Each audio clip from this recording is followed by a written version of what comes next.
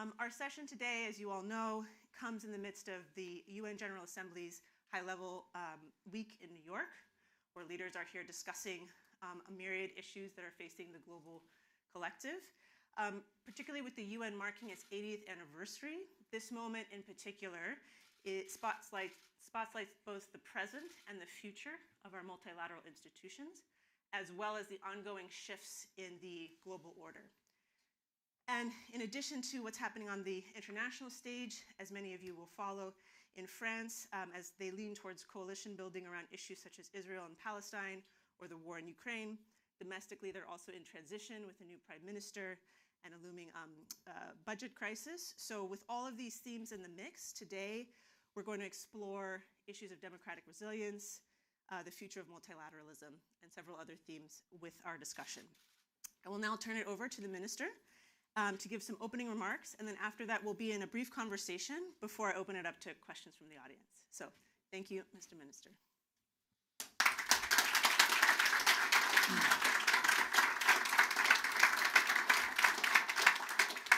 Thank you very much for your kind words, and indeed it is good to be back to Cambridge, where I left a number of memories, colleagues and friends. I grew up in central France on a land ringed by old mountains and dormant volcanoes. I grew up with the legend of a hero who was also born and raised on this land, a hero of the two worlds, as we call him, for France and for the United States of America. So let me tell you his story as an introduction. He was raised by his mother and aunts on this land. And when he turned 19, he heard of bold men fighting for freedom and democracy on the other side of the Atlantic. He defied his boss at the time. He boarded a ship in Bordeaux, and he landed in North Island near Georgetown, South Carolina. He stood shoulder to shoulder with the American patriots. He fought amongst them. He became friends with George Washington. He bonded with Thomas Jefferson, who was at the time writing the Declaration of Independence. Remember those words. We hold these truths to be self-evident, that all men are created equal, that they're endowed by their Creator with certain inalienable rights, that among these are life, liberty, and the pursuit of happiness. Our young man took these powerful words back to France, and a few years later, just 3 days before the storming of the Bastille, he wrote the first draft of the Declaration of the Rights of Man and of the Citizen that said, "Men are born and remain free and equal in rights. The aim of every political association is the preservation of the natural and imprescriptible rights of man. These rights are liberty, property, safety, and resistance to oppression." Clearly, you hear the influence of Thomas Jefferson. And this is the story, by now you have guessed it, of Lafayette. This was 250 years ago. In fact, today, September 25th, we celebrate the 249th anniversary of Congress' decision to mandate Benjamin Franklin to negotiate a treaty with France to consolidate American independence. So the powerful words of Jefferson and Lafayette have survived the test of time. So much so that a century and a half later, the same story happened, but the other way around. On the full moon night of June 6, 1944, thousands of young American men boarded ships heading to the shores of Normandy, where many of them would spill their blood, to liberate France, my country, from oppression, for the very same reason why young Lafayette had crossed the Atlantic in the first place. So think for a minute. Ask yourself, why did these young men cross the Atlantic and risk everything they got? Why did they do it? What does it take? It takes a simple idea, an idea that France and the United States have championed for over 2 centuries, an idea that has brought so much to the world and that holds in one single word: democracy. Democracy as the vision of a society in which enlightened citizens decide for themselves. Democracy as a fragile but incredibly powerful institutional framework resting on 3 pillars. First pillar, fundamental rights. Some rights are sacred. You cannot touch them. Second pillar, one man, one vote. Law is made by the people, for the people. Third pillar, the rule of law. Everyone has equal rights. No one is above the law. If all 3 principles hold, democracy will hold. Should one be shaken, then democracy will falter. But when democracy holds, it is indeed the most conducive institutional framework for prosperity, welfare, and peace. This is not an opinion. This is a statement grounded in scientific research. What does research tell us about democracy? The world's most cited economist, Harvard professor Andrei Schleifer, has assembled a broad body of evidence that shows that legal tradition is a key driver of development. He and his co-authors have shown that the rule of law yields stronger investor protections, deeper and broader capital markets, and ultimately higher economic growth. The intuition is simple. When private property is protected, when intellectual property is protected, entrepreneurs, innovators are incentivized to create value and push the knowledge frontier. I just quoted a Harvard economist. I will avoid a diplomatic incident and turn to an MIT economist who has had so much influence on my own research when I was a professor there. Nobel laureate Daron Acemoglu. Daron and co-authors have shown that democracy does cause growth. This is not an opinion. This is a statement grounded in scientific research. Democratization raises GDP per capita by about 20% in the long run, driven by democracy's greater investments in capital, education, and health. In further groundbreaking work, Daron has also found that inclusive institutions, those that ensure broad participation and spread the dividends of growth, lie at the core of why some countries grow rich when some others remain poor. Some of you will say that GDP is not a sufficient statistic for welfare. And this is a fair point. So let's look beyond GDP. Research published in The Lancet has shown that democracy has a positive causal effect on life expectancy. Controlling for other factors, adult life expectancy increases by approximately 3% over 10 years after a country transitions to democracy. Consistent with this is the negative correlation between democracy and infant mortality. Consistent with this is the positive correlation between democracy and subjective well-being documented in many, many, many papers. So democracy is conducive to prosperity and to welfare. But democracy is also, and this is perhaps a little bit less intuitive, to peace. No need to graduate from Harvard Kennedy School to spot the pattern. Over the past 80 years, no mature democracy has gone to war with another. And most importantly, democracy provided the blueprint for the international order that raised from the ashes of World War II. Read the United Nations Charter, signed in San Francisco 80 years ago. You will hear the echoes of Lafayette and Jefferson. You will recognize the 3 pillars of democracy translated to the international level and supporting a democracy of nations. Pillar number 1, the fundamental rights. Territorial integrity, you don't touch my border, I don't touch yours, and self-determination of people. Pillar number 2, one nation, one vote, with each country having the same share of power at the General Assembly. Third pillar, the rule of law, with the same rules applying to all nations.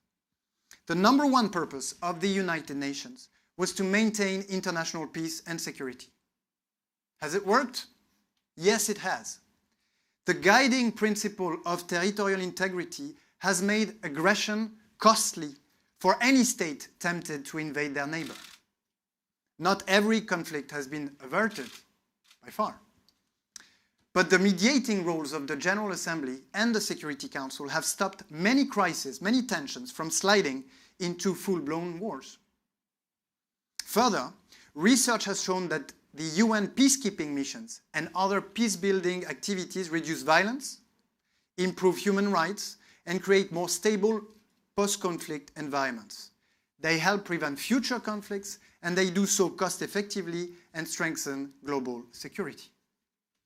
Prosperity, welfare, peace, democracy has brought so much to our civilization, and France and the US have contributed to all this. Yet, wherever I look, fundamental rights are challenged, the rule of law is contested. Wherever I look, I see democracy under fire. And fire is set first and foremost by enemies of democracy from the outside. Authoritarian regimes that fear democracies like vampires fear sunlight. They know that democracy is contagious. They fear it like a deadly virus. Nothing worries them more than it spreading to them. They will do whatever it takes to stop it, whether it's brute force, blackmail, disinformation, election manipulation. When democracy gets too close to their border, they will do anything to prevent this from happening. And they have a very, very simple playbook.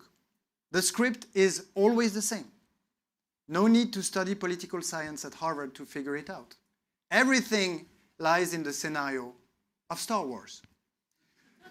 When Darth Sidious, the Dark Lord of the Sith, turns the galaxy from democracy to dictatorship in 4 easy and replicable steps, he sets the standard. And he does this, so, for easy steps and a red lightsaber, of course. But step 1 is what? Identify a proxy. Disguise yourself as a senator from within. Step 2, foster a fake internal separatist threat. Step 3, get rid of the ultimate counterpower, the Jedi Order. And step 4, declare in the Senate the end of the Republic and the advent of the Empire for the sake of security. Fortunately, the return of the Jedi puts an end to all of this, restores balance to the Force, but this scenario is not one of fiction. Look at Vladimir Putin. The true reason for his colonial wars, Georgia in 2008 and Ukraine since 2014, is simple: democracy.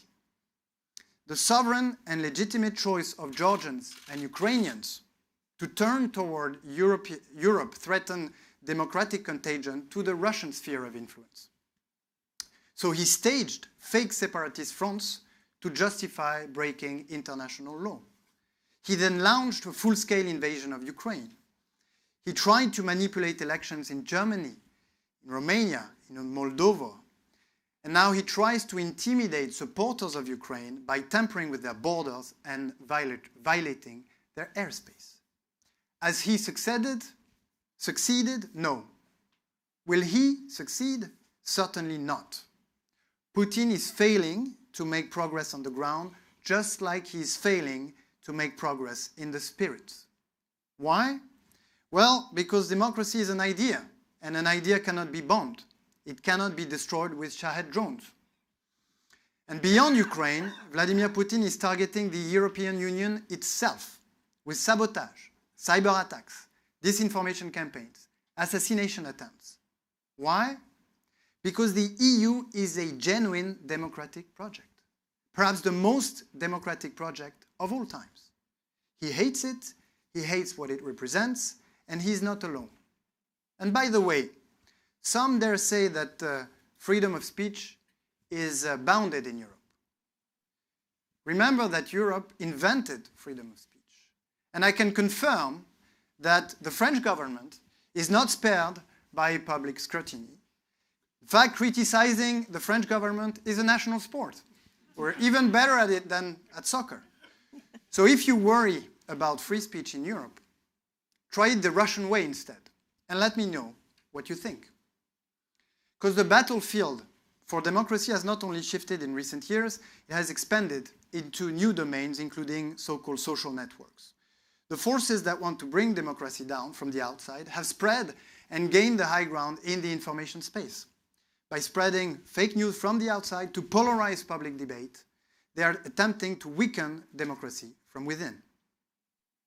A lie travels halfway around the world while the truth is putting on its shoes, Mark Twain said. We cannot let that happen. Europe will never let go of the rules we have adopted democratically and sovereignly to preserve freedom of speech while preventing foreign interference to break down democratic debate. Everywhere I look, I also see assaults from within. I see political movements with authoritarian purpose gaining ground. From within democracies, mature democracies across Europe and North America.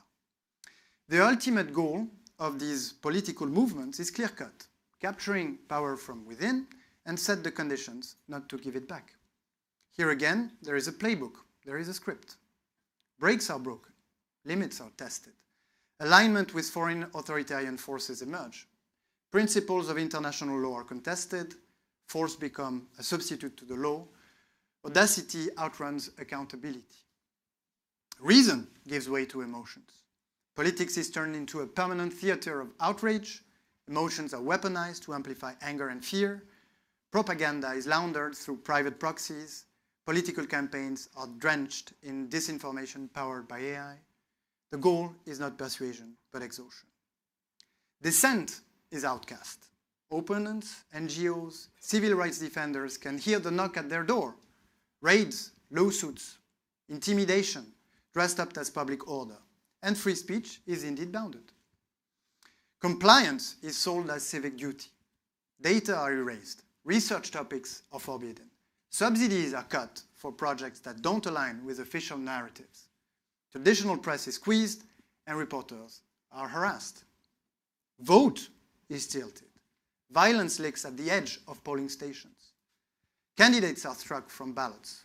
Election results are contested in spectacular outbursts of violence, targeting core democratic institutions. Separation of power is questioned. Executive power swells. The law is bent. Judges are replaced or cowed. Courts are leaned on. Anti-corruption bodies are gutted, turned like knives against critics.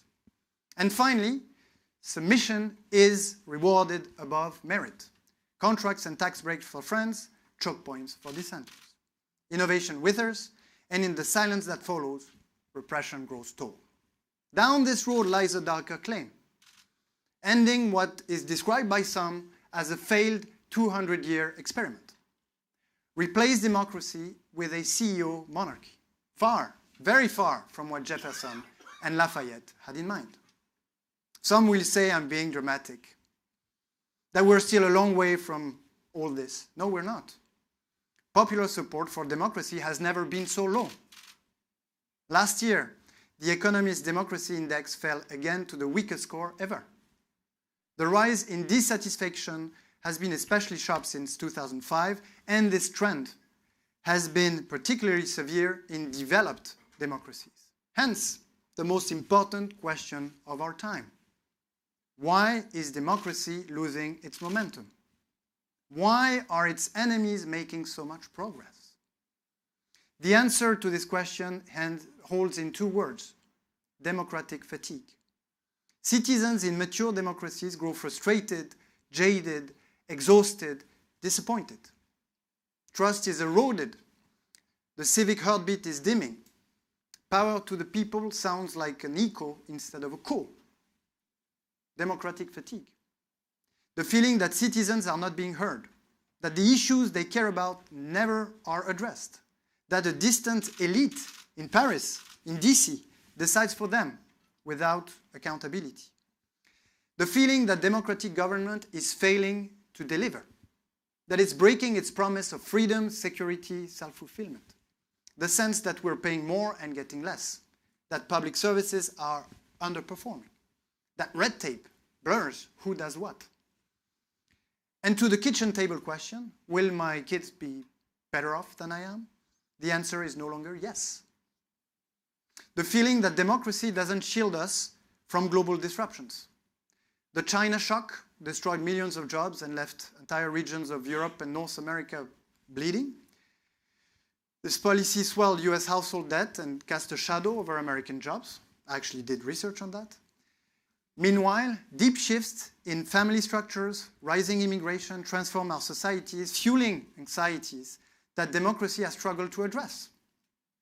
Digitalization, automation, split labor market, polarized it, and hollowed out the middle class. And people feel left to pick up the pieces alone. The feeling that democracy is no longer striking this subtle balance between individual autonomy and common purpose that is the necessary condition for self-fulfillment. And paradoxically, we have grown to lack both of them, individual autonomy and sense of belonging. We lack autonomy as we feel hindered in our day-to-day lives, as we suffer from restrictions to our ability to choose, to decide, to act. And we lack common purpose as we no longer feel drawn into endeavors greater than ourselves. And finally, what may be the worst feeling of all, the feeling of injustice and frustration materialist societies generate sometimes, despite the unprecedented welfare we live in compared to the overwhelming majority of people on this planet. This democratic fatigue didn't appear by accident. To a large extent, it is our own responsibility.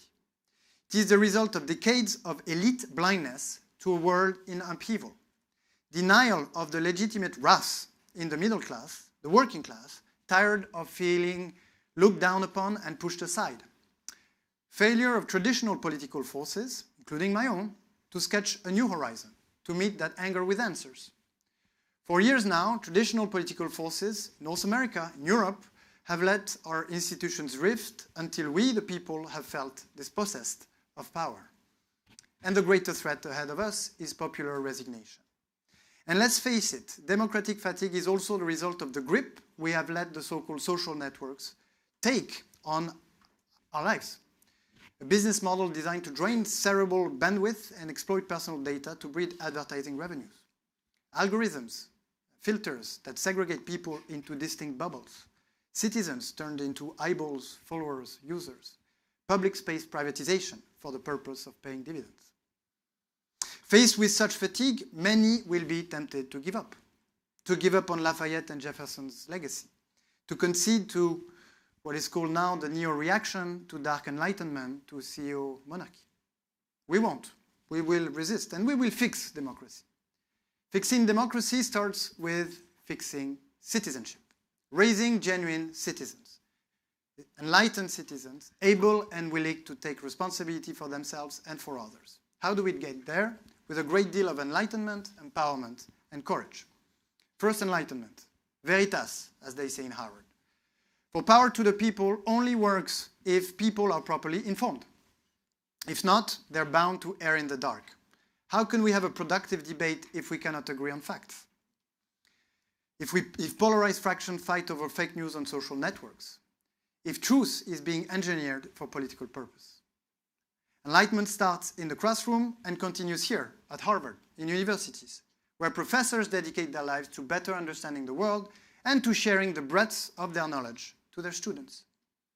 Today, science is questioned. Science is mistrusted. Science is politicized. Yet to raise citizens, we need more research, more academic freedom, more science, not less.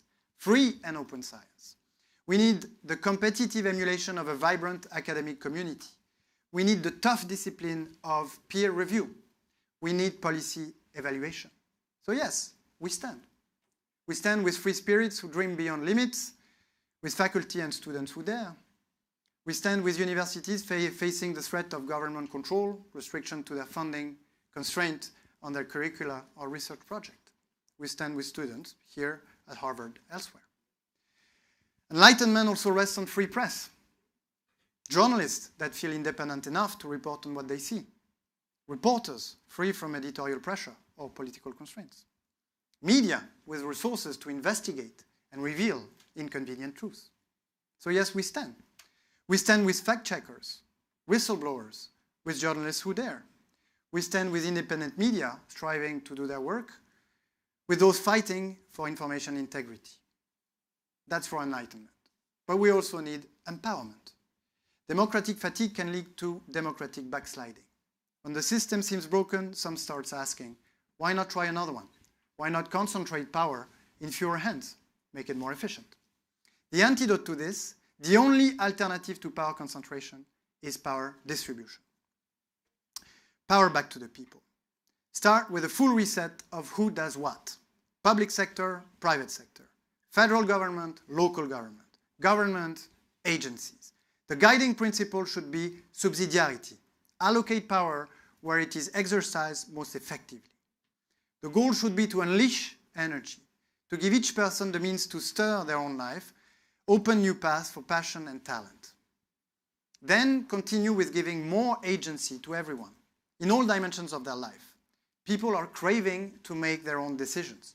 People no longer want to vote on a platform every 4 years or 5 years and have no say in between. Let them participate more actively in policy making. France has experimented citizens' assemblies on topics like climate change or end-of-life care. This is a promising path. Other countries have built digital tools to consult people on a more regular basis, to leverage the wisdom of the crowd. We need continuous citizen participation. They need to be actors, not spectators. Enlightenment, empowerment are necessary conditions to fix democracies. But they won't be enough unless we restore courage. In 1978, Alexander Solzhenitsyn delivered the commencement address at Harvard. A powerful speech in which he criticized Western democracies for their loss of civic courage, their inability to confront major challenges. He blamed the passivity of the elite, the focus on material comfort, the spiritual decay. He coined this the decline of courage. And he was right. We need to restore courage. Courage to place values above interests. Courage to carry one's share of collective burdens with no certainty that others will do the same, even if others free ride. Above all, if others free ride. Courage to embrace the spiritual dimension of life and resist the temptation of comfort. Courage to look at the world with the eyes wide open and be ready to make difficult decisions when they arise. Courage not to concede to instant pressure, but focus on the right thing to do. And this you can know. Fear the time when manself will not suffer and die for a concept, for this one quality is man, distinctive in the universe, can one read in the grapes of wrath. Democracy can be fixed in France, like in the US, if we really want it. Fixing democracy is all about citizens, the making of men and women who listen and debate, vote with clear judgment, hold leaders to account, and step forward for the common good. Enlightenment, empowerment, and courage are the key. We are the key. So students of Harvard, at this moment of your life as you're considering options for what comes next, you are facing a decision. What citizens will you be? Will you be spectators or actors? Will you stand for democracy? When addressing Congress in 1824, Lafayette said that the US stand as a lesson to oppressors, an example to the oppressed, and a sanctuary for the rights of mankind. May we live up to the legacy of Jefferson and Lafayette. May we be inspired by the courage of Lafayette when he sailed to America, the courage of those who landed on the shores of Normandy, of those around the world today who are risking everything they have for freedom and democracy. We owe it to them, we owe it to ourselves, and we owe it to the generations to come. I thank you.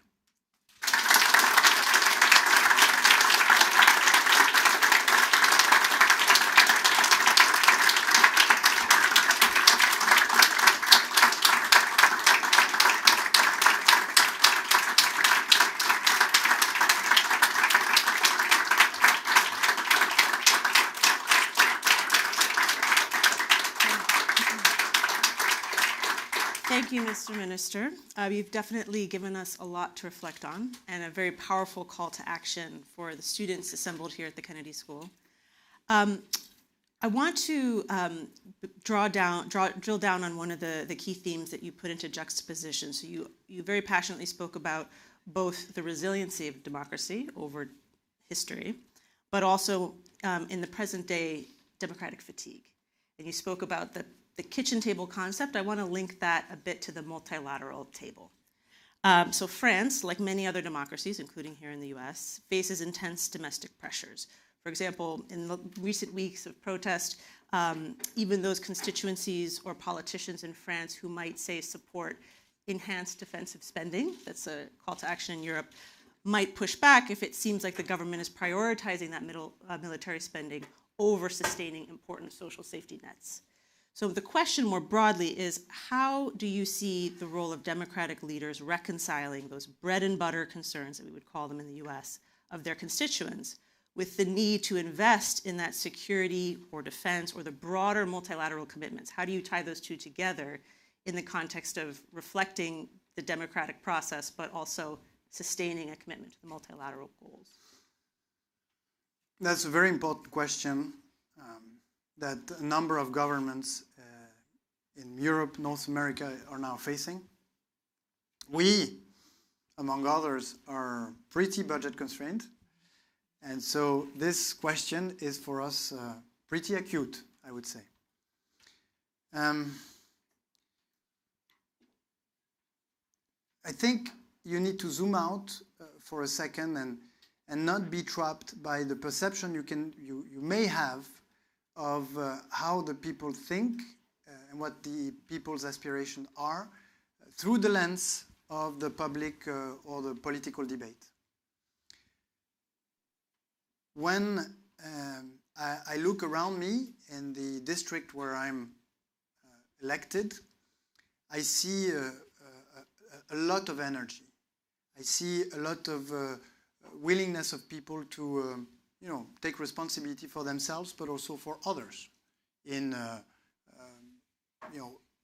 whether by running for election or handling local organizations, supporting communities, and so on and so forth. So the energy is there. It's not that the West is unable to lift itself to a level where he would have to, or where the West could combine the preservation of welfare state and addressing the new challenges. But I think the starting point is to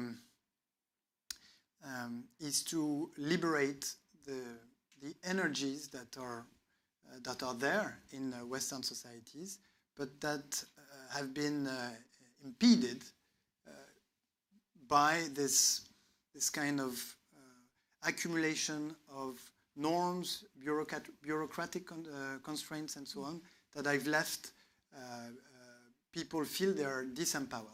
If you start by doing this, if you start by releasing the energy, then you can get much more than you think from the people of Europe and the people of North America. But this means you need to be ready to be pretty radical in the way you're going to reform government, reform the state, the way you're going to address this issue of the accumulation of norm, the way you're going to open up the door for talent, creativity, and innovation. So I'll give you a very precise answer. This is just my intuition, because indeed, if you're going to address this debate by saying, sorry guys, we're going to cut the welfare state because now we need to build weapons and tanks, it's not going to work. You're not going to get anyone to support these things until, of course, you're dragged, because you haven't done the efforts, you're dragged into a war or a conflictuality that you have not chosen. There is still time and space to restart, so to speak, the nuclear power plant and draw the people of our countries into a new endeavor that will incorporate new levels of security spending, that will address the question of climate change and the extra public spending that is required, and so on and so forth. And so just staying on this theme for a moment, you mentioned kind of the concept of radical changes are needed, or radical adjustments to the structure, the way in which the government is reflecting the population's desires. And you talked in your speech about the example of citizen assemblies to address certain issues. Are there other examples that come to mind for you when you're thinking about what would be a radical change to help? No, so if I look at the French system, there are multiple violations of subsidiarity. I look at the mayors in my district. They are subject to contradictory orders by the administration. The funniest, or maybe the saddest story I heard lately was a letter that all of the mayors in my district received, and in other districts, where they had to appoint within their local council a person that would be the reference point for mosquitoes. You know, if the state is the central state is concerned about mosquitoes, then there needs to be in every 35,000 cities in France a reference point that the state can activate, on mosquitoes. This just drives the mayors crazy, and they feel like they're treated like children, that they're not untrusted and empowered. And so in the institutional life of ours, we have many, many examples of this. But we also see in other dimensions of our life, like in the workspace, for instance, if you try to estimate correlations between elements of life at work and tendency to turn to extremist or populist parties, you will see that one correlation that scores very high is the correlation with electoral choice and whether or not you're free to choose your schedule during the week. If your schedule is imposed on you and you have a hectic schedule, this drives you to think that you have really no power on your own time, on your own week, and so on. And this drives you away from democracy. I mentioned that this idea that people are going to vote on a platform treating all topics every 4 or 5 years.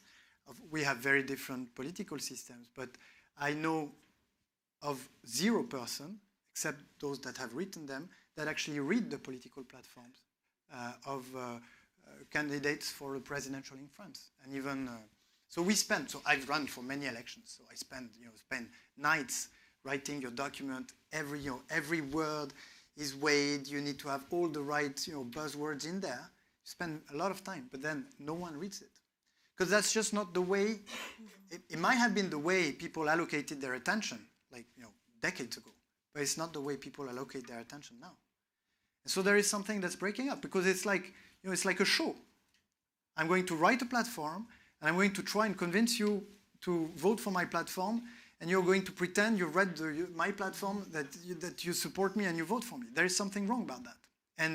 And what's wrong about that is that citizens are deprived from agency, from their real ability to affect, to stir the policy making. So you see in many, many different fields of our democratic life, whether it's political, cultural, economic, and so on, there is a lot we can do to restore agency, to restore power, and to restore subsidiarity. Okay, so I know there is a lot we can explore with regard to France's role in the international stage and its leadership. In the interest of time, I'm going to ask one question in that space, and then I'm actually going to open it up to the audience. So I'd like to ask, obviously we're all watching the news. There's been a lot of interesting highlights coming out of New York this week. There's an interesting dynamic that seems to exist between President Macron and President Trump. More broadly, what would you say is France's strategy for dealing with President Trump and the current U.S. administration And are there opportunities that his posture has created that otherwise may not have been there for France, or how you see your role in shaping the international conversation? So there is a very long-standing friendship between France and the US that is deeply rooted in our common history, as I was mentioning earlier. We have not always agreed on everything, but we've been together in the most important moments of our history. I think that those ideas of freedom and democracy are ingrained in the DNA of our both countries, and eventually that's what gets us to go back to each other, even when we have some disagreements or tough negotiations.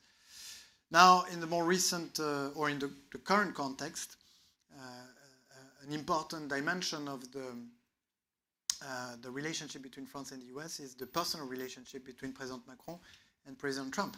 They've worked together back in the first Trump term. They've learned to know each other, to work together on important security issues and others, and this is, of course, instrumental as we are dealing with Ukraine, as we are dealing with the Middle East, and many other issues that we, the US and France, as permanent members of the Security Council, have responsibility to handle. So I would indeed say that this personal relationship is very important to make the most of this long-standing relationship. Thank you. All right, I would like to ask the audience to offer up their questions. I know we have some mics moving around. Are we meeting the... Okay, so let's start on this side. Sarah, yes, we'll start with this gentleman. The mic is coming around. Hi, Minister. Thank you so much for being here. My name is Roy Schwarz-Tichon. I'm from Israel. I want to strongly support your position about Ukraine and nuclear proliferation. I wanted to ask you, recently France has spearheaded efforts to recognize the Palestinian as country. While you haven't yet recognized, many countries followed and have recognized due to your effort. Although they meet only 2 of the 4 necessary criteria in the Montevideo Convention, what should we interrupt that in the context of more than 10 territories with more than 1 million square kilometers and 50 million citizens who aspire to be recognized, like Taiwan, Catalonia, and Golan Heights? And moreover, don't you fear that it will incentivize terror like the October 7th attack? What will incentivize a terrorist attack? The recognition of Palestine, or at least going forward with recognition after the October 7th attack. So the answer to this second part of your question is no, absolutely not.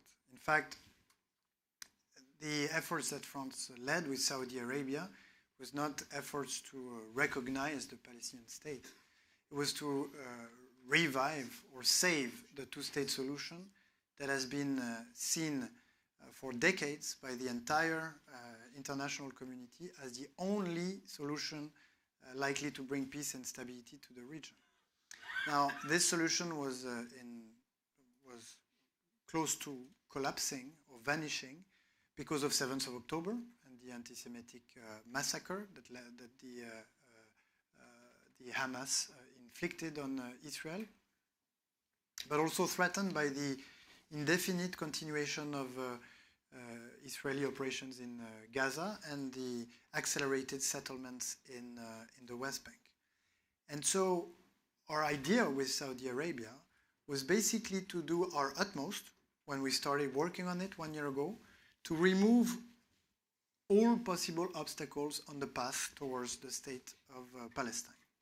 What is the first obstacle that we have removed?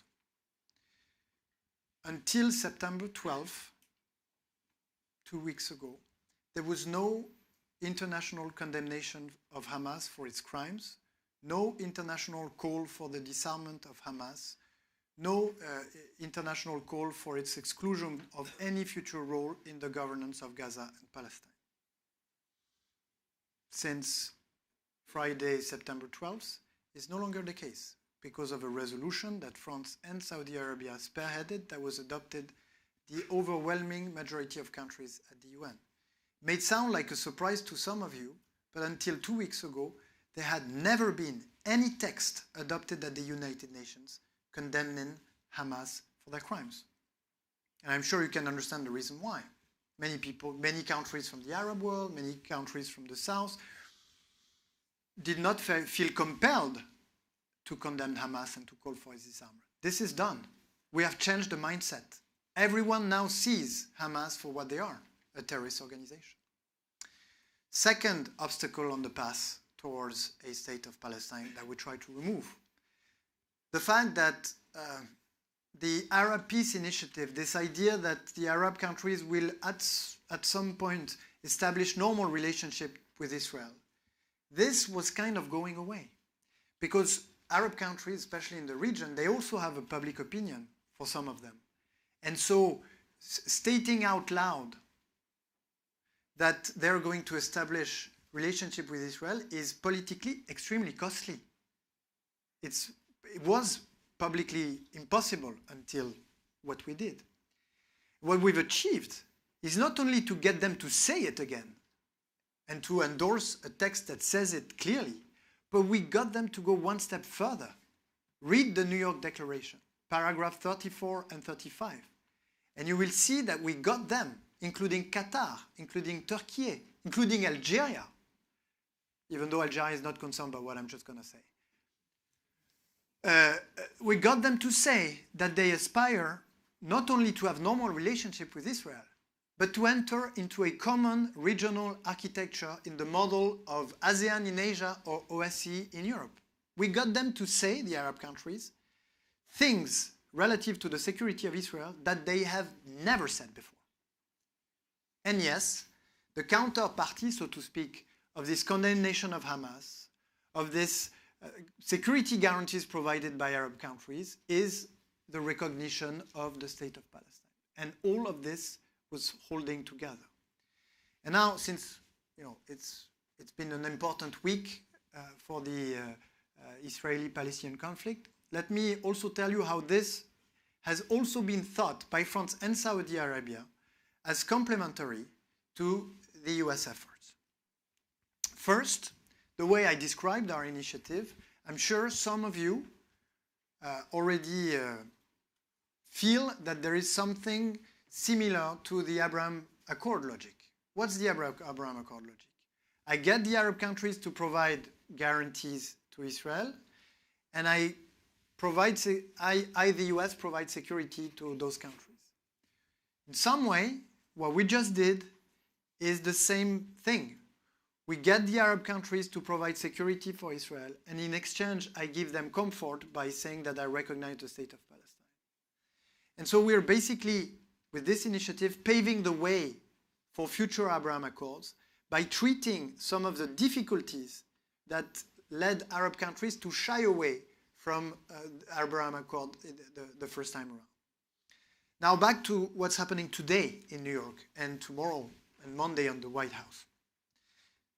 The White House, President Trump's White House, has recently come to the conclusion that a hostage and ceasefire agreement will not be reached unless there is sufficient consensus on what will happen immediately after, what's called in the press the day after plan. And so the President Trump has asked some of his close advisors to go to the Arab countries, to go to France, to go to the UK, to gather all the ideas, okay, that all of us have been putting together for past months and years for what a day after plan would look like. And this is finally getting into the same paper and is being discussed as we speak in New York between Trump administration and Arab countries. And has incorporated, Secretary Rubio was mentioning it last night, ideas from France, ideas from the UK. The day after plan, which is a necessary condition for a hostage and ceasefire agreement, also also requires for the Arab countries to sign, to endorse it, to be ready to contribute to it, also requires that there is some kind of political horizon. And so what happened on Monday and the French-Saudi initiative gives enough comfort to the Arab countries to participate to the day after plan.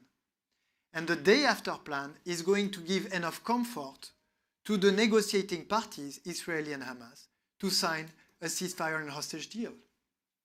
So you see how all of these pieces can be brought together in hopefully what may be the resolution of this tragic war in Gaza. And from what I've experienced this week in New York, I've never seen so much hope that we may be close to a resolution. Thank you. I want to get some more questions in. Let's go to this young lady here. There. Thank you. And then we'll come to this side.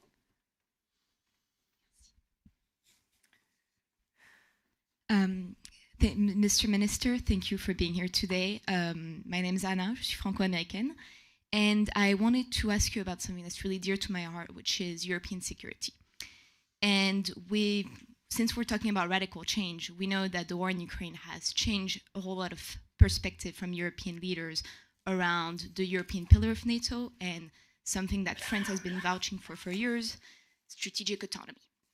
Now, the problem that I see, the tension I see is, even though this is a French position that hasn't changed, and I think it has proven to be correct, there are still some reservations among many European allied nations that there isn't enough credibility in the European pillar of NATO, that it is safer to rely on the US for security, and that if we are to shift away from this, it's going to be a self-fulfilling prophecy, and that eventually the US is going to leave us. So my question to you is, how do you reconcile that tension? How do you work with European allies to enhance the credibility of that European pillar? And also, how do you work with the US to ensure that this isn't a co-optation and that this is more of a collaboration than it is a replacement? Thank you.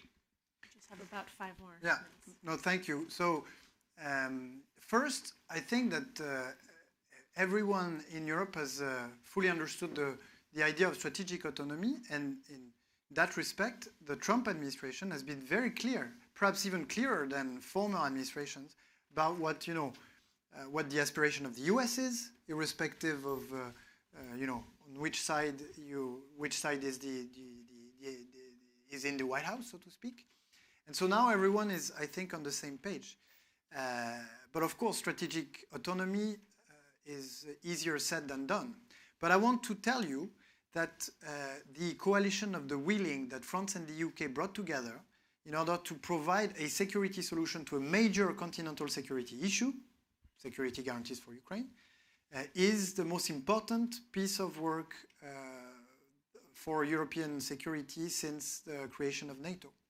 Because for the first time, more than 30 countries came together, including the US, to design a military planification that is ready to, they're off the shelf, ready to deploy as soon as there is a ceasefire. And this led more than 26 army chiefs, charts, to put their expertise in common outside of NATO. This had never been done before. It's very complementary for NATO, but I think I would draw your attention on what's happening there, and I would follow closely because this is very, very promising. Okay. Let's take 2 from this side at the same time because we just have a few minutes left. The gentleman here in red. Hello, I'm Zihua, a graduate student from Harvard T.H. Chan School of Public Health. So my question is, assuming, as you may suggest, Ukraine and Russia war is so critical to Europe's sovereign integration and democracy, and how many resources that France has contributed to this war, including personnel, money, and weapons, and how many more you're thinking are going to contribute for this war? Let me take one more question for you. The woman in the back, please, as well. Yep.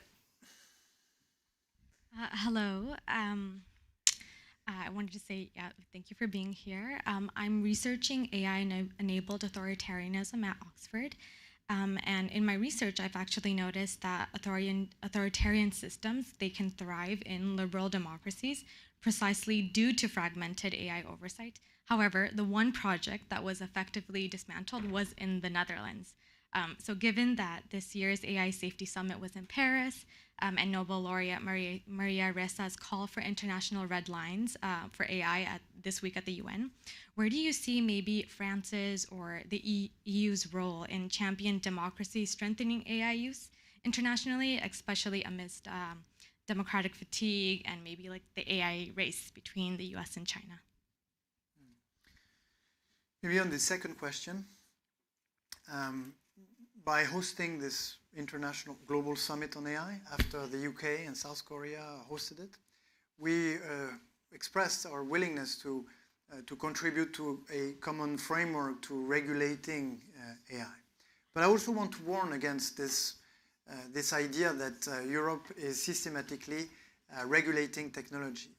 I have grown to think that the best way to control or to have an influence, on the use of technology is to craft it rather than to regulate it.